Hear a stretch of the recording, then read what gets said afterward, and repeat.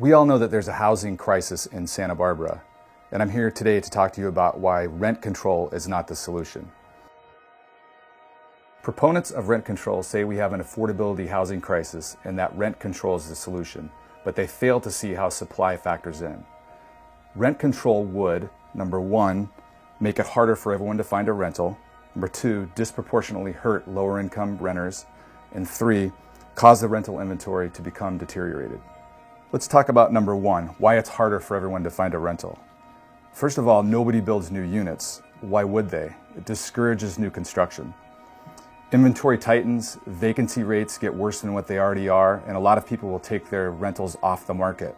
This all leads to a housing shortage. Let's talk about number two, how rent control will disproportionately hurt lower income renters.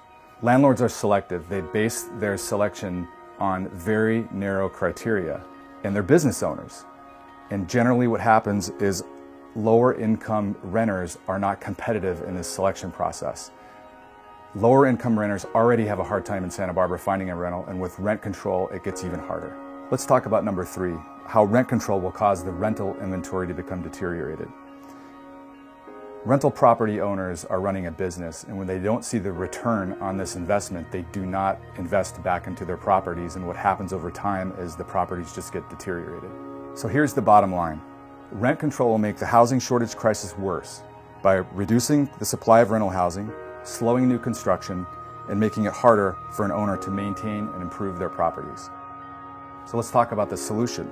If we want to help the affordability housing crisis, we should increase the supply of housing by making it easier to build, convert, or expand residential units, decrease development fees and incentivize the building of new units, and decrease regulations that hinder building and streamline the building process.